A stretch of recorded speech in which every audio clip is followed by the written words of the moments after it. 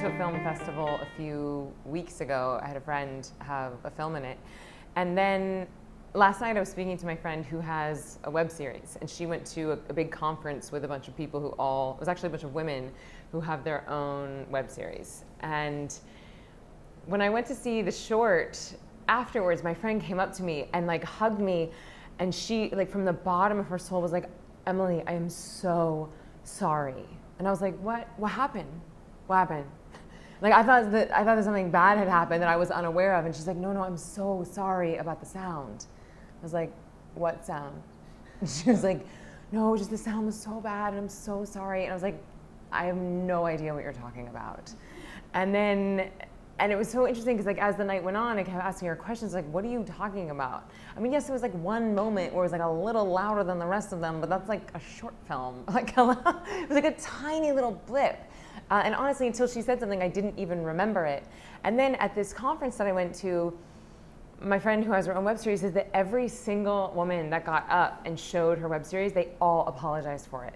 They're like, but we didn't really have the time, we didn't totally have the budget, and I'm sorry about this because, and if you've ever sat in on auditions, you will see at least 20% of the people will walk in and be like, I'm so sorry I'm late, I'm so sorry, I just got the sides last night, I didn't have time to memorize them, I'm so sorry. Oh wait, you don't want me to sit down, I'm sorry. And it's like you're apologizing for your existence, it's apologizing for your art, and it's just like, stop doing that. Do work that is of a level that you're proud to put your name on, and don't apologize for it. End of story. Do your best, do not apologize for it, and call it a day. Now, if you accidentally run over someone's foot and their foot is broken, or if you wrong someone and you know that you have wronged them, then yes, you want to ask for someone's forgiveness. Asking for someone's forgiveness is different than apologizing for your work.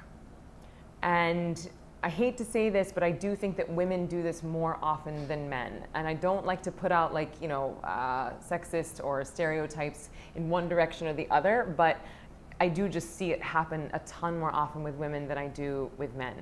So, but that doesn't mean that we can't all up level. We can all get better at this. And here's the thing, if you're really doing your best, you have nothing to apologize for. There's nothing to say I'm sorry for. And if you're not doing your best, then that's a different thing that we have to talk about. Then what kind of resistance is showing up that's disallowing you from doing your job the way that you would be enthusiastic and excited about putting your name on that project? Because the thing is, none of us are working with perfect conditions. We all got the sides yesterday. We all don't have the budget that we want. We all don't have enough time to make it perfect. There is no such thing as perfect. So instead of apologizing for it, or worse yet, not doing it, do it. Do your best with what you have. Get creative. Make it work, as Tim Gunn says. Anyone watch that show anymore? No. And then call it a day, right? You gotta, at some point, you have to surrender. And this goes with everything. It was funny because I was listening to my friend tell my fiance this story about all the women apologizing for their web series, and he was like, do you know that when Steve Jobs released the first iPhone, he didn't get up on stage and say, you guys, there's a bunch of features that aren't great yet, but in the third version, it's gonna be a ton better, and the antenna's not really totally fixed, but we're really sorry. We promise in like 3 versions it's gonna be better. No.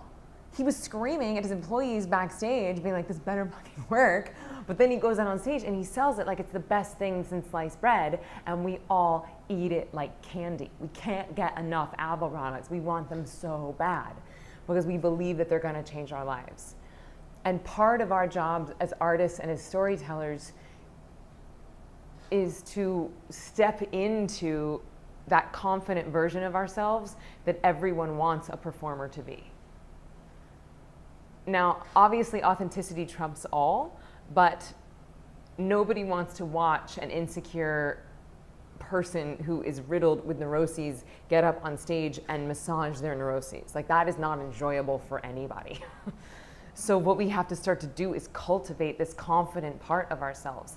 And the truth is that if you really, truly do your best with what you're given, you will start to be more confident about it. It's when you don't do your best and you let resistance get the better of you that then you feel like there's something to apologize for, and that becomes a very slippery slope and a downward spiral. So what we gotta do, we gotta keep raising the bar. We gotta keep expecting better and better of ourselves. Do the best of what we have. It's never gonna be perfect. And then put it out there with confidence and generosity. Bleeding sun star.